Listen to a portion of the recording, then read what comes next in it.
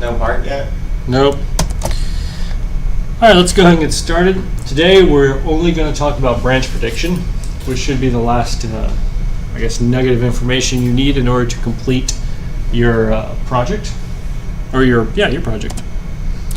So let's at least do a quick review of what we have so far with the 5-stage pipeline. Thank you, Matt. So right now we left off, we got the different stages, and what were the control hazards, or what were the different hazards that would happen with the 5-stage pipeline? Matt. Where the one where you load something and then you try and use the instruction right after. Right, so what type of hazard is that? I would say non-technically a load hazard. A data hazard, because Yes. that's a problem. As a hazard with the data, you don't have the correct data. And then the other one would be like the control one, where you might have an instruction that's like A plus B equals C, and then a few instructions later you've got the one that's like D equals C plus A, but C might not be updated yet. Okay, isn't that a data hazard again? Because Yes. So what's a control hazard? Control hazard. Did we talk about those? Yeah. Did we? Yeah. Control hazard. What happens Give with me the a hint. branch? It has to do with the branch, that's why I didn't remember it. Is that where you take the branch and you weren't supposed to? Yeah, or you didn't take the branch and you were supposed to. Yeah, I wouldn't have guessed that because I was So why is this an issue? Well, the branch doesn't actually get resolved until the memory stage, which means we have 1, 2, 3 instructions that are already in flight by the time we get to the branch. So if we mispredict the branch, what do we have to do with these previous instructions? get rid of them. Get rid of them. We have to squash them. So that's we call it squashing the instructions. You okay with that? Yeah, my hand smells like pizza. Thank you for the update. So, one thing, or the simple change, we did a couple of basic branch predictions. We're going to go into a couple more advanced ones. So not Well, just one of flipping a coin. Yeah, well, no, you never just flip a coin. Well, here's a good question. How do you do randomness inside of the computer? It's a good question. Is anything truly random in a computer? Ooh. That kind of, no. Now, if you have a random input to the computer, Yeah, you could get input. if you can get a random input, then of course you can generate a random output. But nothing inside the machine is really purely random. And that's a huge philosophical question. But we're just going to assume for the sake of arguments that nothing is completely random. Okay. So the first thing is we would guess either taken or not taken, which makes it easy because you just say, we'll pretend it's not taken, so the branch just keeps going through, and if we were supposed to take it, oops, and then squash and fix it. Another thing we found out is if we store the one PC and its target, notice that maybe the branch instruction went through the pipeline, they figured out, oh wait, we need to take it. Well, since we needed to take it, let's go ahead and store the branch, or right up here, the PC. For next time? Yeah, for next time, and store the PC, which is here, and the branch target over here.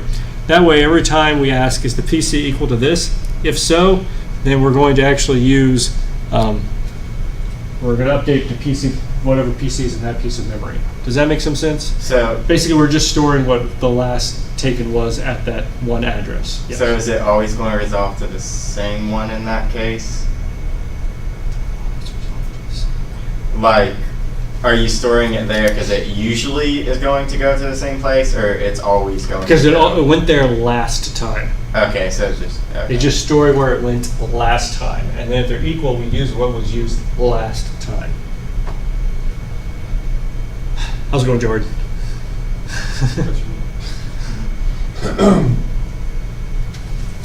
All right. Oh, here we get little pictures. So the target is where the new PC that you want. So in other words, you okay?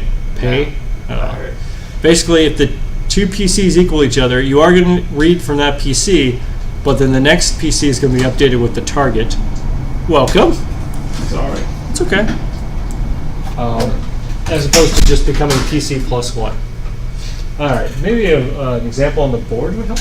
Yes. Okay. I love examples on the board. All right. So how are we going to do this with that so we don't have inception?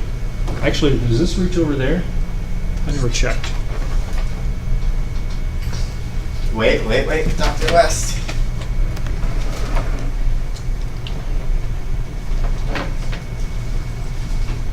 All right, we'll see what this turns out to be.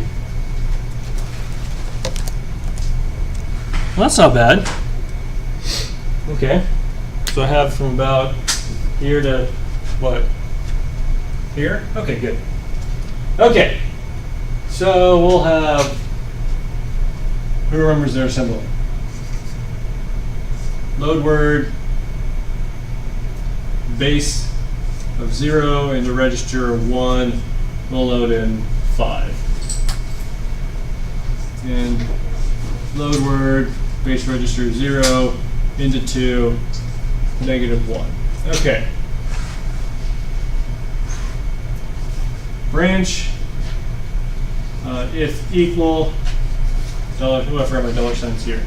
Slacker. Oh man. $1, $2, and we'll come up, we'll make a label called end. So if we're there, end, go down, we'll say end down here is halt. Otherwise, we're going to add into $, let's say 1, values from $1 plus $2. 5 plus -1. What's 5 plus -1? What is 5 plus -1? It's a very deep question. 4. And then we're going to go ahead and branch again. I'll put a good loop right here, comma, loop. Okay, and then we'll go ahead and do a fill. Let's say dot 5, and then a fill dot -1, -1. Okay. So load the word. So we have our little register file over here. 0, 1, 2. We don't care about the rest. We're going to load 5 into 1, so we have 5. Load -1 into 2, -1. Okay. So branch if equal $1, $2. Are they equal? Sure aren't. Sure aren't. So, but if you go to our code, what's happening? Are we predicting taken or not taken? I don't know, are we? We're predicting not taken by default, right? We got to choose one or the other, okay? Let's predict not taken because it makes our lives easier. Yeah. Because then we don't have to do any addition over here or something. We'll just predict not taken, which ends up being correct, so that's great. Add goes into the pipeline, and then branch if equals 0, 0, go to loop. We're going to predict not taken, even though obviously that's dumb, but we're going to predict not taken. So what's going to happen is this guy, the BEQ, is going to be in the pipeline, and then all of a sudden all the instructions afterwards, who knows what's after it, some adds or loads or whatever, are going to start going into the pipeline as well. Well, the idea is that, let's go to the picture. So you notice over here we have the branch PC counter. Where am I going to put this? I'll put it over here.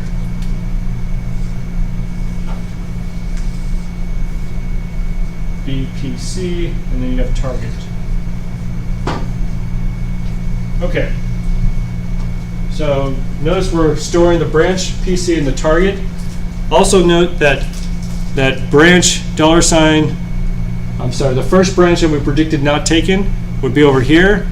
In that case, the add would be right here, and the previous branch would be here. Yes. The thing we won't speak of. Continue. Okay. As they move on, the branch if equal 0, 0, which we would mispredict right here, would be over here, and notice that there'd be 3 instructions beforehand. At that point, since we mispredicted the branch, we would update the branch PC, branch program counter, and the target. What are we going to update it with? We're going to update it with what the current PC is, and then of course what the target is. So let's jump over to our picture. So if we were just to assume, for the sake of argument, this is 0, this is 1, this is 2, this is 3, this is 4. The PC at this point is 4, and the target that you want to jump to is 2. Okay? So what that means is we mispredicted that, which means we filled in 3 more instructions afterwards, and then we had to squash them. We go up to top branch if equal. This PC is not equal to that one, so we're just going to predict not taken. All right, which ends up being correct at this point because 1 at this point will then become 4 after that previous loop. We're going to go ahead and add, so we'll subtract it, making it 3. Woo. But this time, when we get to this line of code, we have PC4 is equal to the branch PC, which means we're going to predict that our target is this one. So we're going to issue the next branch, but we're going to immediately start issuing afterwards this branch up here because it matched what was in the our little branch table that we made. That way we've actually predicted what was taken last. Does that make more sense? Yeah. Great. Any other questions, comments, screams? Science. All right. So what's the disgusting part for the project? We haven't gotten there yet. Okay. Relax. Okay. Okay. Obviously, we have 1 here. Only 1 entry. We probably want to have a multiple entry. We want to be able to store multiple branches. As your program gets large with a ton of branches, you might have a bunch of if statements instead of for loops. You probably want to store what's the common loop, or at least common branch, what's commonly done, taken or not taken. So you want what's called a branch target buffer, which literally just has a rows of your PC and then your target PC. Hey Matt, what does this look like? A table. A table. What other structure? A cache. Oh, there we go. Thank you, Matt. Thank you. All right. So the idea is that you send the current PC to the branch target buffer, which has a whole, many lines of these. If it's found, use what's in the target. If it's not found, just continue with PC plus 1 and just continue on. Okay. So now we have a way to at least store multiple entries. All right.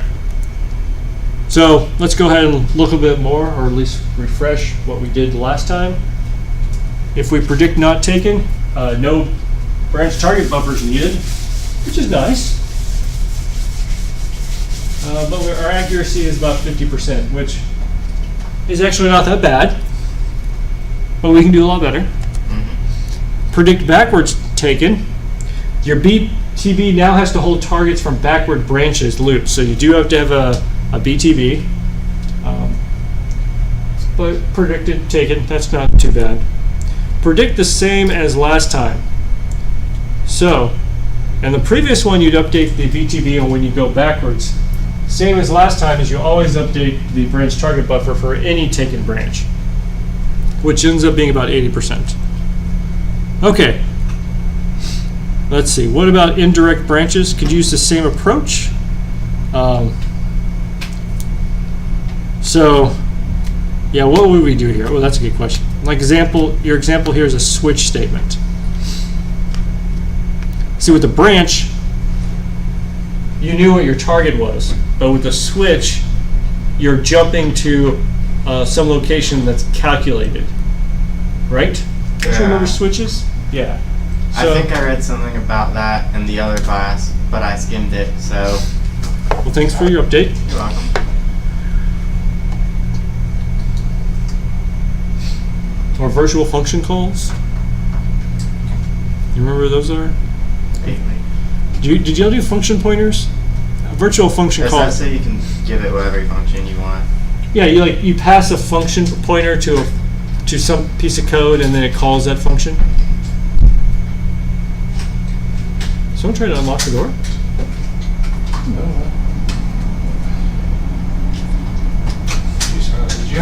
see a flash over? Yes. Yeah, which is like Okay. Thank you. It's unlocked. It's unlocked. Looks like it. Sorry. Okay, what's the problem here? Virtual function calls. You don't know where it's going to be coming from. I'm glad you're able to take guesses. In the branch, you knew exactly what your address, where your target is, right? It's either PC plus one or one target. So you have two choices. How many choices do you have with the switch? Multiple. And virtual function? Yeah. And then shared DLL, which actually is basically like a virtual function. So, no, I guess we're not. Well, you can do a special case, But we're not doing this. but we're not doing this. Functions return have domestic behavior, so return to different locations in the BTP doesn't usually work well. That's true.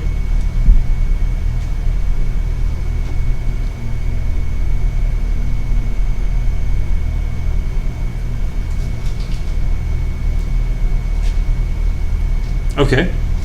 I'm sorry. Return address stack. Okay, there. I didn't see the first part. So you can keep a stack of all the actual return addresses if you wanted to. This unfortunately doesn't end up being working out too well. Okay, so let's move on. Cost of a branch prediction. What's the performance cost of doing branch prediction? Well, it's actually pretty minimal because there wouldn't be any difference between waiting and squashing. Keep in mind that if we just waited for the branch to be predicted, then we would just be issuing no ops. While if we squashed, we'd only get rid of the instructions once we found out we're wrong. So there's really not much of a performance difference, except that you have to add some hardware to your processor.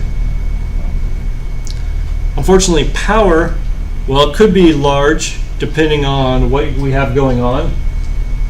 Right now, we only have a 5-stage pipeline. Keep in mind that modern ones are usually in the 20s. You got 20 plus stages. Some of them go in all the way up into 40-something stage pipelines. So you might not know what needs to be squashed until stage 30 or something along those lines. In which case, the issue is that all your previous stages had to be fully powered to execute other instructions, as opposed to just waiting in a low power state. So there can be a power consumption issue for branch predictions and speculation. Y'all see what I'm getting at right here? Yarg. All right, area. This is another cost. We talked about performance, power. Area can be an issue if your predictor gets too big, which we'll see next time, actually soon. If you looked at modern processors, there's a lot of stuff on it right now, so you don't want to. You're always competing for resources, stuff, and of course, does drive up your complexities. Design's more complex. Your testing becomes more complex. I love how I had giant butt right here, but I don't know where I was going with that. Really, you're just testing if it's true or not. You're either taking the branch or not, so it's not that big of a deal. Mystery solved. Mystery solved. Okay. Ooh, this is a good one. What else can we speculate? Let's see. I like the second one. Really? Yeah. I like the first one. Okay, why do you like the first one? I don't know. The second one just seems sketchier. Why is the second one so It sketchy? just seems sketchy. Why is it so sketchy, man? It just seems sketchy. Well, we could speculate what the value of something is from a load, right? Couldn't we just predict what the value was and then try and run our program from there? Like, I think this is going to be a 0, and then load that in and check later if we were correct once the load completes? How accurate would that be? That depends on how many values it could be. How many values can be in a 32-bit integer? A decent amount. Decent amount. What value are you? Like, I have a load word, right? Is this the value for the jump or? I'm doing a load value word. for the compare? No. Forget branch prediction. I'm So, doing a load like- word, $0, $1, and then I have some address, right? So you're loading the value from the Yeah, I'm loading something into 1. Well, load takes some time to complete, right? Because Yeah. we have data dependencies. So wouldn't it be nice if I just guessed what $1 was? I mean, what would be loaded in, and then later figure out if we're correct? I mean, I could do that, right? How would you figure it out later? I mean, That Well, we have a BTB that stores what our last values were, right? okay. So we could just stuff it in there and then come back and see what's going on. oh, we have that thing. Okay. Yeah. That sounds less sketchy. Right. So I could predict what that value is. I thought you were saying like predict it out of like 1 out of a like million chance or something, and I was like, Well, is that? I mean, how many values can an integer be? a lot. A lot. Nice. How many values can be in an integer? Come on, Matt, or anyone. 2 to 32. 232. Which is- 4 billion. Yeah, a A lot. little over 4 billion. So what are the 14.9. chances that I'm going to be accurate here? Not very. Not good. You won the lottery today? Yeah. All right, so probably not a good thing to speculate on values. So dependencies, I think the data is coming from a store instruction. What that has to do with is maybe we can predict our hazards. I know that seems kind of weird, but especially when we go into out of order execution, it will help predicting our hazards. Well, branch prediction, it's either taken or not taken. Start getting used to this terminology of taken and not taken, because that's you'll see that a lot with branch prediction. Branch targets are stable or predictable because you're branching to a branching. specific location. Dependencies might be limited, but values definitely cover a huge space, so you can't really speculate those. So the point here is that with branch prediction, I'm just trying to drive home that, look, your accuracy, if you just take one guess, you're about 50% accurate, as opposed to trying to speculate something else, which gives branch prediction an edge over other things. Yes. Okay, thanks.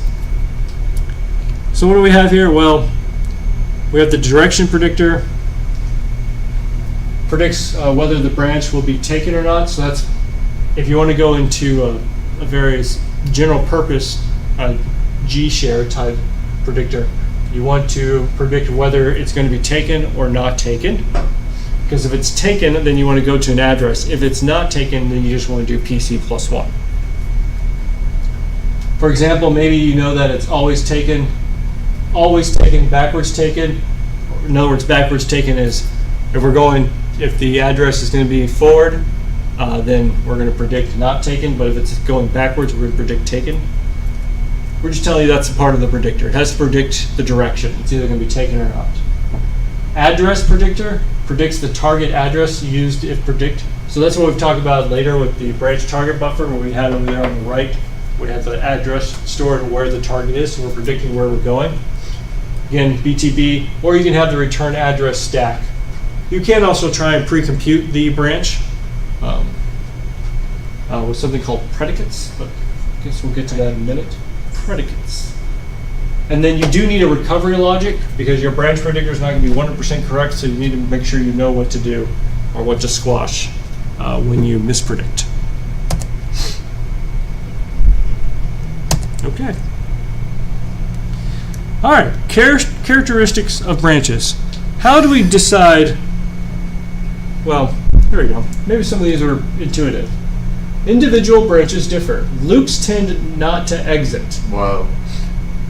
Did you know that? Why is that the case? You don't know? I have no clue. I've just been using loops as conditionals the whole time. Right. Usually there's type loops that you're running a certain set of code over and over again. So a loop tends not to exit. So what you're saying is it just tends not to exit the first time? It tends not to exit. Multiple.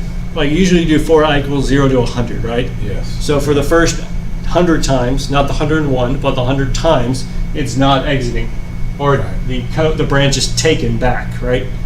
Maybe that last time it's not taken, but it tends not to taken, because most of the time they tend not to exit, which means that you're being taken.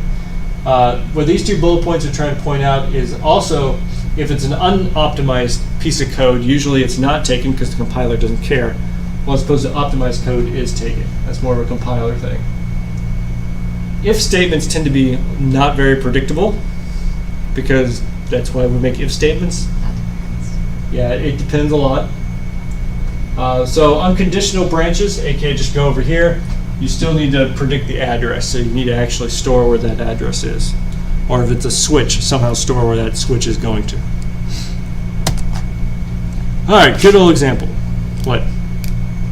Oh, come on. No. Any other questions, Matt? Mm-mm. You sure? The gzip thing just threw me off for a second.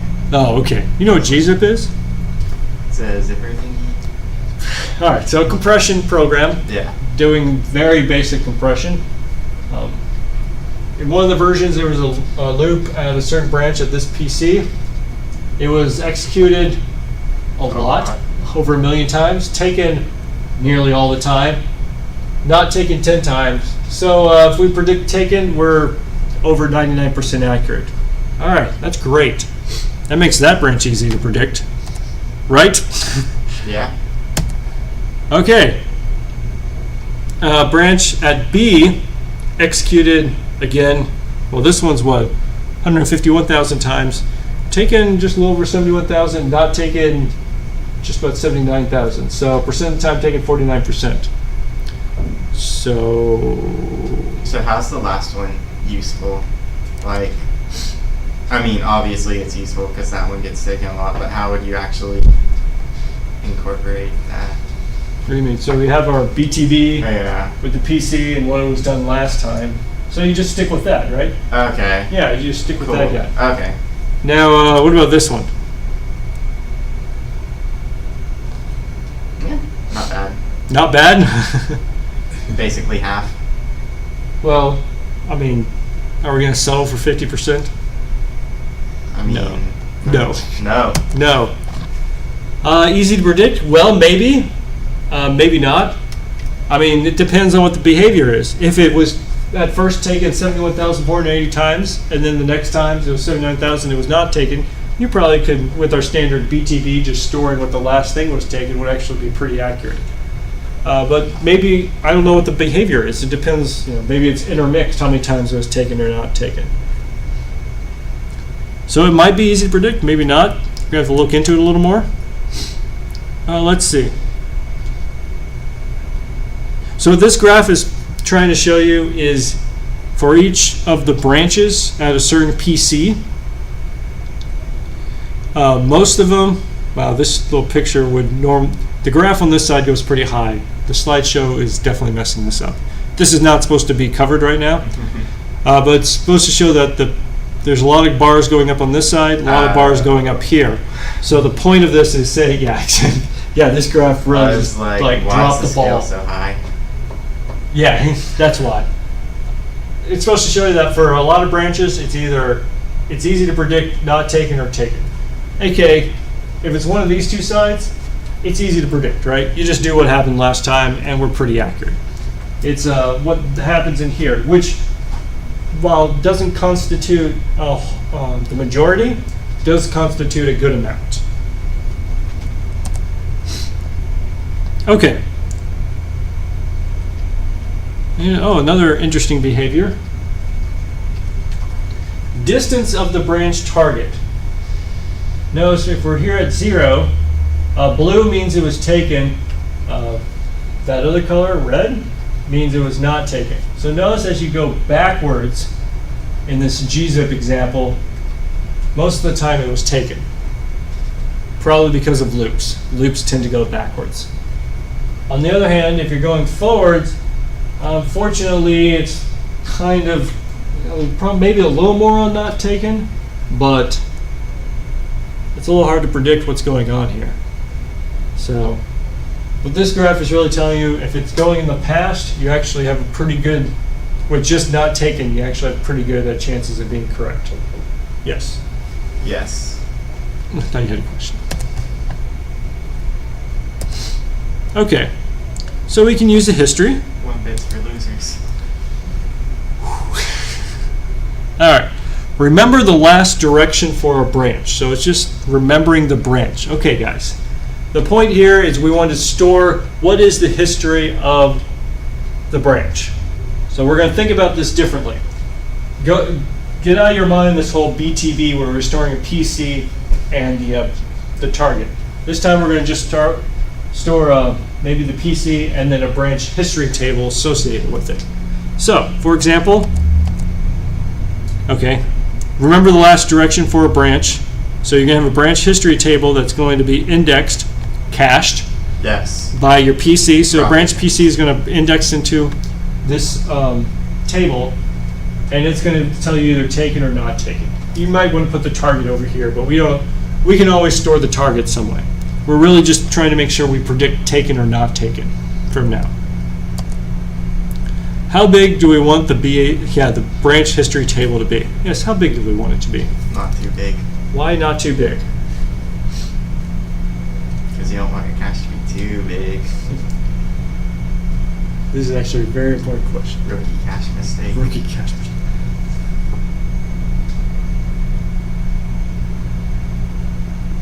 What's the problem with having a branch history table too big? Well, you're remembering branches that are too old. Maybe it's not in the same type of. Oh, I see what you're. Okay. I see where you're getting there, but if you have a really large table, then the idea is that you'll be able to store more and more branch histories for branch PCs. Because the point here is that this table is only going to be able to represent a small subset of the normal branches that you have, right? And you're just going to map to it. Take the last, 8 bits of the PC for the branch and use that to index into the table. Might be something like that. So, why do you not want it to be too big? You gotta think more of your processor. Why would it be really bad if this was You don't want huge? to take up too much space and have to go through all that. So space is a concern, although that's diminishing, but what's a bigger reason than just space? How are you going to use it? I mean, calculate.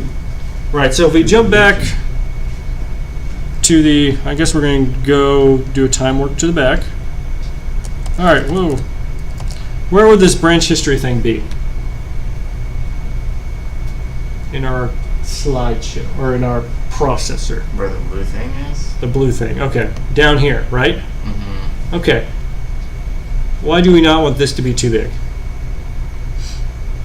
Because you have to check it every time. You have to check it every time. Okay, and why might that be an issue? If it's really big, that's a lot to check. It's a lot to check. Okay, yes, but again, what's the issue? I don't have all the answers. Takes a cycle to check it. How long does it take to check the branch history table? How fast does it need to be able to check this? Fast. Right. Faster than light speed. Then remember, we don't want our stage to be slowed down, right? We don't want the branch history table. We don't want that guy to be the one, the slowpoke, the one slowing the whole train down, right? So he needs to be fast enough so that he can compute it before instruction memory gets back. So he has an upper bound of how big you can make your branch history table. Okay? Does that make sense? George, do you see what I'm getting at there?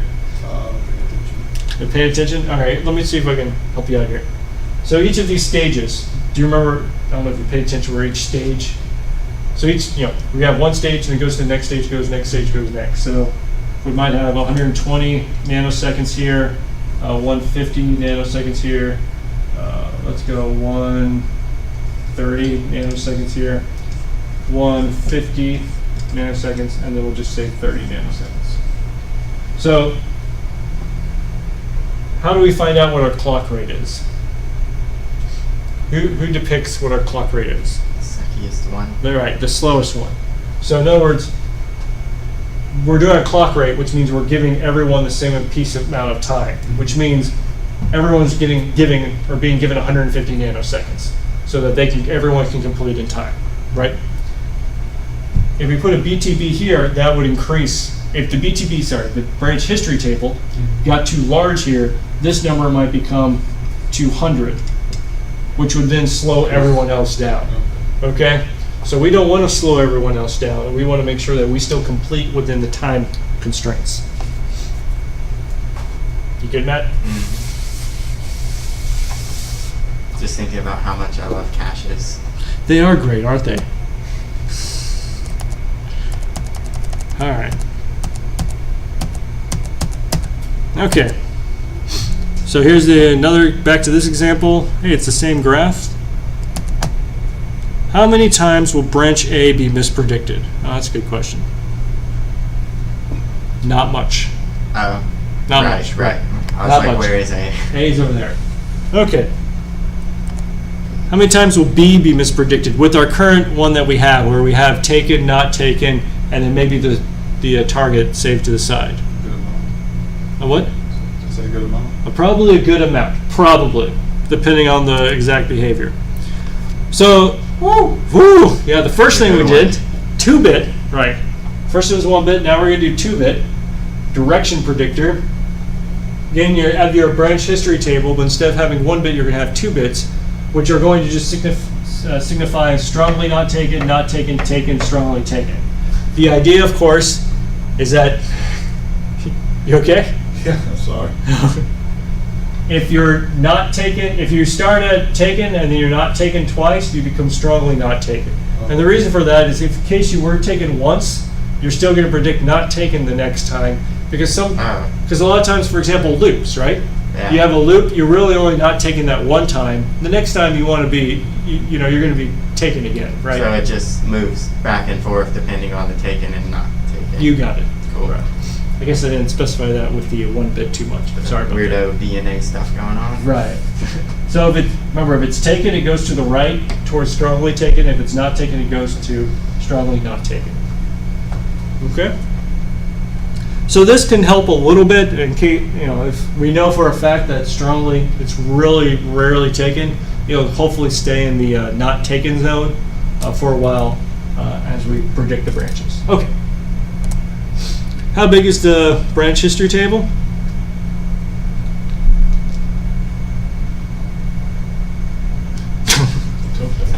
What's Not that? too big. Not too big, right? Definitely not too little though. Not too little. So yeah, it's again, it depends on your design. Obviously, it's going to have 2 bits per how many PCs we get in there. So 2 bits times whatever. But again, you want to make sure it's small enough that it completes within the amount of time necessary. Can you talk about the index to this for a minute? So you're saying the last, Yeah, let's say we have E. Oh, poor people online can't see what I'm doing. 0. This is meaningful. This is what? I think. This is beautiful. F8. Okay? Yes. So it's taken from, this is hex. What? I said why? Why what? Why X? No, that's how we do memory. So this might be 0, 1, 2, 3, 4, 5, 6, 7, and then this guy's 8, 9, 10, dot, dot, dot, dot, dot. So I would just take whatever the last bits are and then go over here. Oh, so the 8's just like the trailing thing for it. Yeah, you just consume those last bits of the branch PC to signify what you're indexing into the history table. Okay. so that, you only update that when you hit a branch. Yeah. So What you do is when you hit the branch PC, you initially, by the way, everything is usually initialized to not taken. Dot, dot, dot, dot, dot, dot, dot, dot. Okay? Okay. Because that's just easier. We just go with PC plus 1, call it a day. Also, we don't have a target yet, so we definitely want to start with not taken.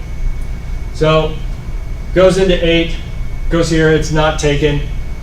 So we continue on our path. If we were, once the branch is calculated, resolved, if it was taken, then it would move over to the taken branch, and then we have our target over here, whatever it is that was taken to. Right. If next time we go in here and we say, okay, now it's taken, we're going to go here. If we mispredicted it, then we'd probably go back to not taken. And then the third time we got back to it, we probably go to strongly not taken. So you can see how those bits move around. Now, what is important is since you're only dealing with the last PC, you may have multiple branches that index to the same thing. So there might be some. Now, that's just an issue. That's just how it is. So, But the okay, so the values of the branch history table is going to be what, into the 8? The total amount you could have? into the 8. Well, I mean, that's not 8 bits. That's Oh, 4 so- bits. Right, so Into this the is 4. 4. If we were doing it this way, 4 bits, So it'd be 16 Mhm. times 2 times however large your target is. Yeah, and that's how big it would be. Ooh. Yes. I was just reading about it. How big is it supposed to be for the project? Because I don't think it specifies. No, we'll get to that. Okay. Okay. All right. That makes more sense. Yeah. Oh, Yeah, good. It's helping. I'm glad you're here. People online, come here. All right. All right. Let's move on. So again, how many times will A be mispredicted? Not very. How about B? Well, we're probably picking up a little better because if it's flipping back and forth. Oh, that's funny.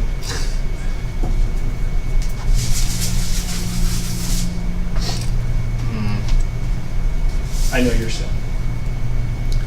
Flipping back and forth, maybe we're picking up a couple more, doing a little better. Maybe when it hits a stride of not taken, we're able to stick with that one. We might be picking up a little better, but it's still hard to tell. Ends up being, after doing a lot of thorough analysis out there in the world, 80% of branches are either heavily taken or heavily not taken, which is great because that means that we probably can do 80% accuracy on lots of things. Unfortunately, this last 20%, which is not an insignificant amount, 20% is still pretty significant. Mm-hmm. We need to look at patterns of references to see if they are predictable using a more complex predictor. Okay, hopefully that's intuitive. Yes. For example, GCC has a branch that flips every time. In other words, if we're to look at these numbers and every one is taken, every not taken is 0, then it's going taken, not taken, taken, not taken, taken, not taken, on down the line. All right. Current branch predictor is probably not going to do too well. Probably not. Probably not. I'm predicting something else with 4 bits. I don't know why. Could be wrong. Okay. So currently we have a branch history table of not taken, taken. So if we were using this with GCC, how accurate would we be? Terribly. Terribly. We would accuracy would be pretty much 0. How about with 2? Slightly better. Maybe 0. Maybe 0. Maybe 50%. Right. Okay. Still not too good. And we have the slide again.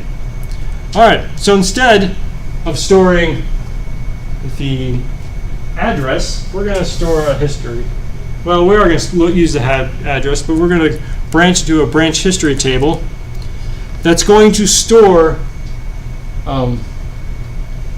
what the history of the branch itself. In other words, this entry is going to store what were the last takens or not taken. So it was taken, not taken, taken, not taken, taken, not taken, taken, not taken. We're going to say that this was the pattern the last time the branches were used because we can record what that pattern has been. Then we're going to use that to index into a pattern history table. In other words, saying that if we see 10101010, we're going to predict taken or not taken. Okay. Yeah. Okay. It took a second. Yeah, hold up. There's a level of indirection here. Beforehand, we were going directly from branch PC to the pattern history table, but with this, we're going branch PC to the branch history table, then to a pattern history table. Okay? So we've put something in the middle. Okay. Well, I love caches in my caches. why not cache the cache, right? So what is the prediction for 10101010? What do you think should come next? 1. Taken, right? Right. And how accurate would that? Well, that would get at least partial of the GCC. When do I update the tables? Well, When you're wrong. when do you update the pattern history table? Never. When you're wrong. Oh. When you're wrong, what do you do? When do you update the branch history table? You update the branch history table, the pattern history table yeah, when you're wrong, because you want to flip from taken to not taken or not taken to taken. But the branch history table, when is that updated? That depends. Nice answer. How is it being filled in? Like, how did you get 101010? Because those were the last times the pattern of the branch. Last time, Last time that specific pattern came up? yeah, so what it's saying is the previous time was not taken, previous to that was taken, previous to that was not taken, previous to So that it was would be taken. filled up with different patterns. Yeah, different So if pattern. you ran out of space, you'd probably. Well, have this to- is just filled out with the pattern for this PC. Remember, we still have this, F0E or something, right? That's indexing into the history because that's keeping the history of this one branch. And then you're taking that history to index into a pattern history Well, you'd table. have to update it every time you go Right. through that branch. Every time the branch is resolved, or you figure out if you're right or wrong, you update this, shifting everything over and then putting that one bit in. And that would point to a different pattern. But yeah, now it's going to point to a different pattern history table because the index has changed. So now, if you put in that 1, 0, 1, 0, 1, 0, 1, 0, 1, you're going to go to a different index. Hopefully we can see that that definitely should be not taken because if this has been the pattern, chances are 0 is coming next, aka not taken. All right. Y'all see what happened here? Did you like that trick?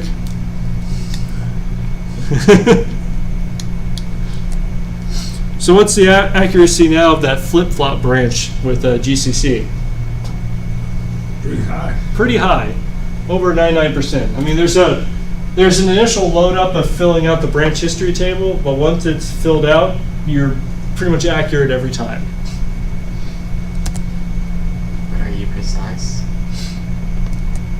I'm sorry? Nothing. All right, global history, aka the G share. Right, you have your branch history register. What are we doing here?